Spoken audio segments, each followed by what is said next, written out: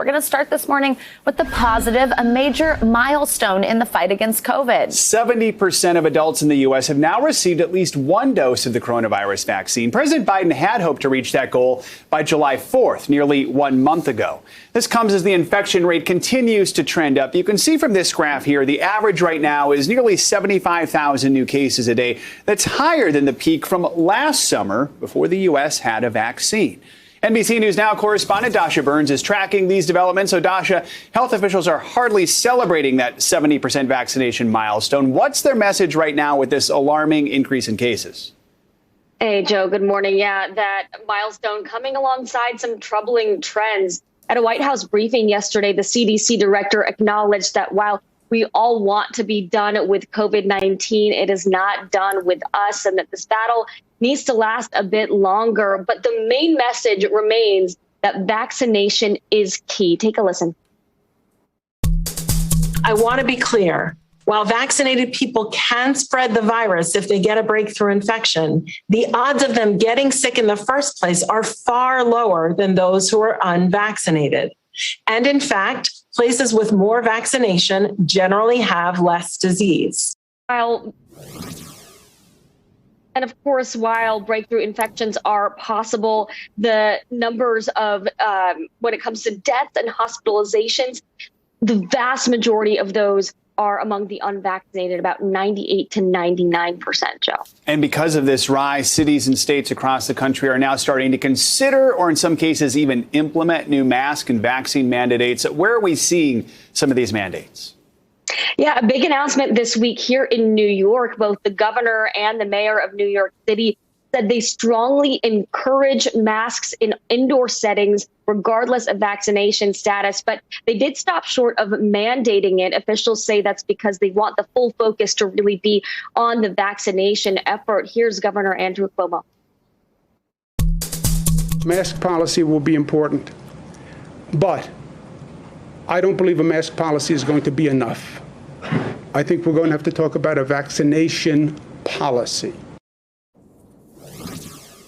He also called on cities to make vaccinations mandatory in schools and public hospitals. But meanwhile, Joe, the Bay Area, most counties there are taking a different approach. They are reinstating the mask mandate for all indoor settings, regardless of vaccination status. And that mandate begins today.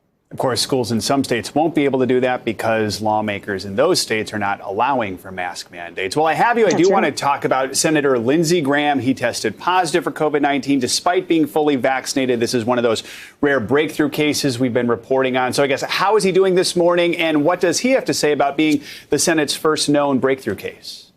Yeah, Senator Graham said he started to feel flu-like symptoms on Saturday and then went to the U.S. House physician on Monday morning. And yesterday afternoon, he put out a tweet saying, "I feel I have a sinus infection, and at present time, I have mild symptoms. I will be quarantining for 10 days. I am very glad I was vaccinated, because without vaccination, I am certain I would not feel as well as I do now. My symptoms would be far worse." Again, Joe, underscoring the need for vaccination there. Yeah, key message to get across there. Dasha Burns, thanks so much for starting us off this morning.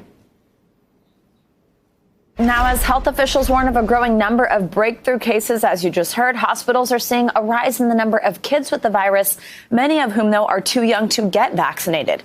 NBC News correspondent Morgan Chesky joins us now from Baton Rouge, Louisiana. Morgan, good morning. So tell us about the types of patients hospitals there are seeing. Well, we're certainly seeing a far different type of patient than we did this time last year. The elderly folks have been vaccinated at this point in time, and so about 50% of everyone admitted into Our Lady of the Lake Hospital, the largest in the state of Louisiana, are under the age of 50. And yes, contained within that group are kids. We know that right now there are 163 patients inside this hospital admitted for COVID. That is the highest number that they have seen at any point during the pandemic. Within that number, there are 8 children, which may not sound like a lot, but when you consider the fact that this virus was not even thought to have really initially presented a problem for younger folks, it's concerning to doctors, especially when you see children, their youngest patient, 4 weeks old, having difficulty breathing, in some cases having to be placed in intensive care And that's why they say that vaccinations are so incredibly important. As you mentioned, some of those kids still ineligible for the vaccine. But if you are 12 years old or older, you can get the shot. And that's why they're urging everyone in this community to do so, because the numbers are still trending upwards before they go back down. Now, Morgan, I know that you've been speaking with people, some hospital staff in the ICU there. What are they saying about the messaging around vaccinations? What are they hearing from people about why they're potentially still refusing to get the shot, those that are eligible at this point? Right. Well, medical staff here says they believe there was a bit of a disconnect, right? And I had a chance to speak to a woman yesterday who is not in intensive care, but she is in the hospital, has been there for a week today from COVID-19. And when I said she's 44 years old, she qualified for the shot, she chose not to get it. And I asked her directly, why not? She says she was concerned that because she was diabetic, she was uncertain of how the vaccine would impact her blood sugar levels. And instead of perhaps taking the initiative to reach out to a doctor and just kind of really confirm whether or not there would be a huge issue, she chose not to do anything. And as a result, now she's in the hospital. I'm going to hear what the chief medical officer here for Our Lady of the Lake had to say when asked that same question. Take a listen. To have someone struggling to breathe from COVID asking for a COVID vaccine, how does that hit you? It's the same way it hits you when somebody finally asks for insulin when you cut their foot off. The same way it hits you when somebody says, I wish I had stopped smoking when they're dying of lung cancer. It's a medical education failure, and it's sad, and it's all of our faults. And the next step is to say, I'm going to get out of the room and go figure out how to tell the story a different way, because we have to reach more people as quickly as possible. And you can just hear the frustration in her voice. The numbers, again, projected to go up here in Louisiana. They have the bed space here at this hospital. What they don't have is the staff to handle this surge of patients. They're very thankful for a federal team that arrived over the weekend and is already hard at work assisting the nurses and doctors as needed. But if the numbers continue to go up, they're going to need more people. Yeah. Hearing her call it a medical education failure that's something really interesting, especially as so many states have been trying to tackle reaching people where they are to try to get them that information from people that they trust. So, Morgan, you mentioned that the numbers are projected to go up. As that's happening, the state governor just reinstated the mask mandate. I know that's something that's divided people in this state since the early days of the pandemic. How's that being received right now? You know, it's very interesting. Governor John Bel Edwards making that announcement yesterday, saying that anyone who goes indoors needs to mask up, vaccinated or not vaccinated, very similar to the rule we saw issued in Los Angeles a short time ago. And what's very interesting is that we arrived here in Baton Rouge over the weekend, about 24 hours prior to that announcement being made. And we went into coffee shop, restaurant, and I was struck by how many people were wearing masks on their own prior to that that mandate being issued by the governor. I had a chance to actually speak to a young woman in a Starbucks who was masked up prior to that announcement being made. And everyone's very cognizant of the fact that the numbers are rising back up here in Louisiana. Even people who are vaccinated have heard about the breakthrough cases, and nobody wants to have to deal with COVID yet again. So at least at this point in time, it doesn't feel like this mandate is being met with the same resistance that we saw when maybe the first one was issued in that initial wave of COVID-19. And so we can only hope that going forward, people realize that this is a necessary step to curb the spread of the virus. Savannah? Yeah, our colleague Kathy Park had similar reporting from here in New York City yesterday that people are wearing them even though they're not required. As you said, no one wants to deal with this again. Morgan, thank you so much. A new survey shows a majority of Americans support bringing back guidelines for masks and social distancing. A Monmouth University poll found 52% of Americans support the move, while 46% are opposed to it. I want to bring in Dr. Leo Nisola, immunotherapist, scientist, and medical advisor to COVID Act Now and the National Convalescence Plasma Project. Doctor, good to have you with us. You know, that same Monmouth poll also found 17% of Americans are still opposed to getting any COVID vaccine. So what do you think about this? Can bringing back masks and social distancing help get things under control, or do we really need to convince more Americans to get the shot? Good question. I think we need to flatten the curve once again. And I think more than ever, the message has become clearer. The CDC is right. Masks protect you from getting infected with the virus. Now, with the Delta variant on a surge, it's important that folks understand the ability of these vaccines to curb the infection from becoming a severe disease. So get vaccinated and use a good quality mask while doing indoors or while outside with folks outside from your household. It's very important. I think what we've learned from the outbreaks from Provincetown is that the vaccines are doing a terrific job about curbing the virus from becoming a more severe disease because we are not seeing an increase from hospitalization from those folks that are already fully immunized. However, to avoid Delta, it's very important to wear a good quality mask. And I think we should be seeing more and more messaging around that. You know, the recent increase in cases is raising concerns about the return to school, where many students are just too young to get vaccinated right now. What do you expect to see happen in the fall? And do you think kids can get back in the classroom safely? I think we've talked about this in the past, and I think teachers should be prioritized as far as immunization goes, and they have been. So by this time, I would expect that most teachers are already fully immunized and protected from the severe disease. At the same time, kids need to go back to school. So until they are able to receive a COVID shot to protect them from developing severe disease, the safety precautions should be in place to allow for school reopening. And let's talk about booster shots. We know Israel is now offering citizens a third dose of the vaccine. We're learning Germany plans to do the same next month. Do you think the U.S. should follow suit? And what does that mean when it comes to vaccine equity, with so many other countries still behind on trying to get citizens vaccinated? That's right. Well, Israel, the UK, Germany have already actively started approaching the population to offer a third shot or a booster shot. Now, what's important here is that the CDC has stopped monitoring and reporting breakthrough COVID cases that are not serious in May. What that does to us, though, is that it doesn't allow us to understand where those breakthrough cases are more likely to occur. So we could tailor then the availability for these booster shots for specific populations that might benefit from them. Right now, the only information we have is that folks with underlying conditions are more likely to develop waning immunity. But we don't know for sure. And the data there should clarify that for us. All right. Dr. Leonisula, thank you so much for joining us this morning. Appreciate it. Thanks. Lawmakers on Capitol Hill are playing the blame game over a failure to reinstate the eviction moratorium, which expired on Saturday. The White House has been pressuring the CDC to extend the measure amid a sharp rise in COVID-19 cases.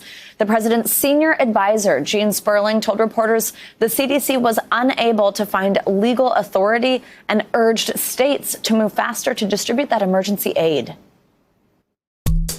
And the president has continued to stress that state and local governments must do more, all of them, to accelerate the funding to these renters and landlords. There is simply no excuse, no place to hide for any state or locality that is failing to accelerate their emergency rental assistance fund. NBCNews.com senior White House reporter Shannon Pettypiece is with us now from Washington. Shannon, good morning. So has the White House hit a wall here over the reimplementation of this eviction moratorium? I mean, where can this go from here? Well, they're saying there's not really much more they can do as far as extending this eviction moratorium. They said they've, kicked the tires was one of the phrases they used to figure out if there was anything else the CDC could do or other agencies could do legally. But they said they're really bound by this recent Supreme Court ruling. The White House, though, says they are not giving up on efforts to try and keep people in their homes. And a lot of the focus instead has been on trying to get this emergency rental assistance out to people. That was money that was in that COVID relief package passed in March.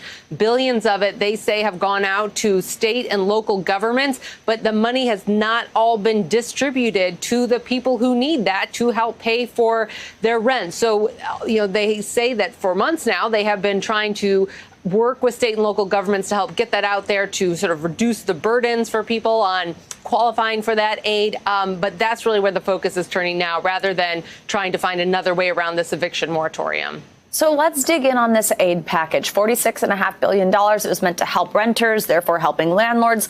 But so much of this, as you just mentioned, has not been distributed. So Treasury Secretary Janet Yellen is expected to brief House Democrats today on why so many billions of dollars of rent relief still haven't been spent. They still haven't been distributed. What can we expect to hear there? And do we know how the government is planning to help renters now?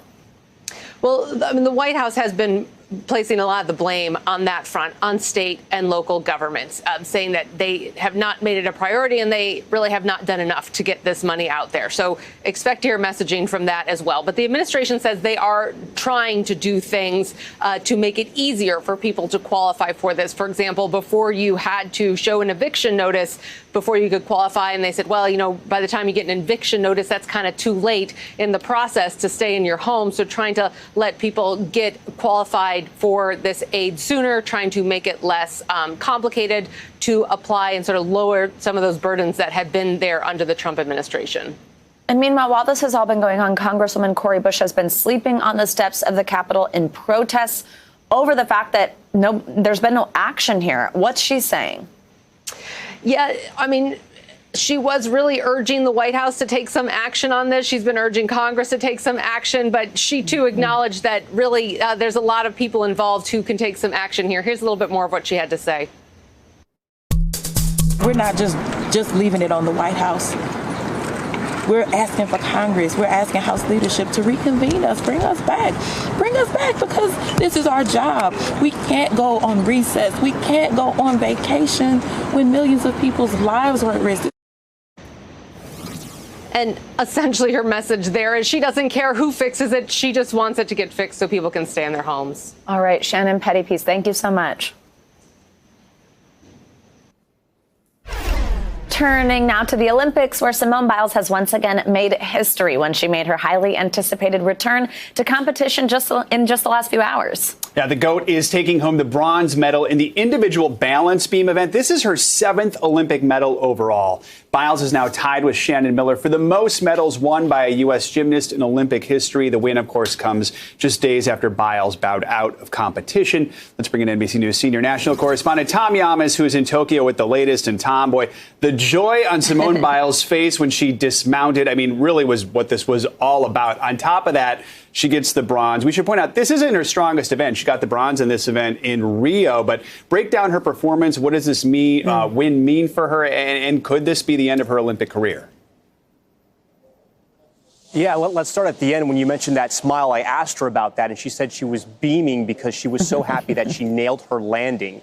I spoke to her right after the event, and she told me that she was nervous coming in here. And you got to imagine there was mounting pressure. There was a lot of questions. But she marched in here and she reminded us all of why she's a champion. She got up on that beam. She had a great routine. She nailed her landing. She tells me she was nervous at first, but once she got on the beam, she was in the zone. She obviously didn't have a lot of twisting because of that issue she's had, the twisties, where she sort of loses her place in the air. But she was really happy with her performance. She told me she actually had to be medically cleared before she was able to compete today. So she had to undergo medical evaluations and meetings with sports psychologists just to get here. She said she wanted to show the world that she's a fighter. Oh, gosh, she certainly is. We all already knew that, though, but it was so cool to get to see her actually back out there tonight. All right, the men's basketball team is moving on to the semifinals after a rocky start, we all remember. So what more can you tell us about their quarterfinals game against Spain? How's it looking for Team USA? Yeah, Team USA finally got their act together. They beat Spain. They knocked Spain out of the Olympics. They're now headed, as you mentioned, to the semifinals. Kevin Durant had 29 points. You know, Team USA's team is stacked with NBA players, but Spain had a lot of NBA players as well, so they're a very good team. So now they advance to the semifinals. On the women's side, they remain undefeated. I think they've won 52 Olympic games in a row right now. They're headed into the quarterfinals against Australia. They're still in the hunt for that gold medal, guys. And Tom, we want to ask you about what's considered one of the most dramatic moments of the Olympics so far. That's the men's 400-meter hurdle in track and field. Break down the race for us. Yeah, some are calling this the best 400-meter hurdle race ever in the history of the Olympics. Basically, what happened was you had this neck-and-neck race between Rai Benjamin for Team USA, along with Norway's Karsten Warholm, who has the world record. I mean, these two guys were going at it. They were so fast. This was the fastest 400-meter hurdles ever. Rai ended up coming in silver. He got second place. But Warholm actually broke his own record at 45.94 seconds. Just to give you guys an idea, that's one lap around the track in 45 seconds plus hurdles. That's how fast those guys were going. But a great race. America coming up second, but we are still celebrating that because it was such an awesome moment here in the Olympics, guys. Yeah. It really was. Somewhat. Yeah. It's funny with the time difference. It's so wild that Simone, we already got to see her this morning. I know. This has already happened, and she's won bronze. And she's going to bed. Yeah, exactly. Yeah. And then we get to watch it later in primetime. I can't wait to see more of it. All right. Tom, thanks so much. Appreciate it. Thank you. Time for a check on your morning news now weather. With Janessa Webb this morning. Hey, Janessa. Hey, good morning. Man, everybody's winning this morning. What a wonderful start. And, the weather is not winning, though, across areas of the deep south. It's going to be a really, really tough day. We have flash flood concerns across the Florida Panhandle into the mid-Atlantic. And you can see all that green. That's heavy bands of rain that are going to continue for at least the next 24 hours across this region of the country. Now, if you're across Raleigh-Durham, South Carolina, Columbia area, it's 1 to 2 inches we're forecasting, but coastal areas, man, it's going to pick up this afternoon, 3 to 4 inches, some isolated spots up to 5 inches. And we have this front that continues to seep across this area. It's causing some cooler air. It's a fall feel that we're dealing with across most of the East Coast. Well, that will change as we go into late week. But this system will continue to make its way offshore. A little bit of rain going to be involved across D.C. into the Jersey area as we go into tomorrow. Even for the Pacific Northwest, we have flash flood watches that are currently in place. It is monsoon season, and so we're seeing 2 inches per hour rainfall rates. Now we're dealing with record rain for Tucson to the Flagstaff area. Last season, it was monsoon. Now it's monsoon, and we are seeing a good dose of rain, 8 inches in parts of Tucson, and that includes the first number one wettest record on July for this area. And so we're going to continue to watch this area across the Pacific Northwest. But coming up, we do have another heat wave across this area. So we'll talk about that, guys. All right. Thanks, Janessa. See you in a bit. Hey, NBC News viewers, thanks for checking out our YouTube channel. Subscribe by clicking on that button down here and click on any of the videos over here to watch the latest interviews, show highlights, and digital exclusives. Thanks for watching.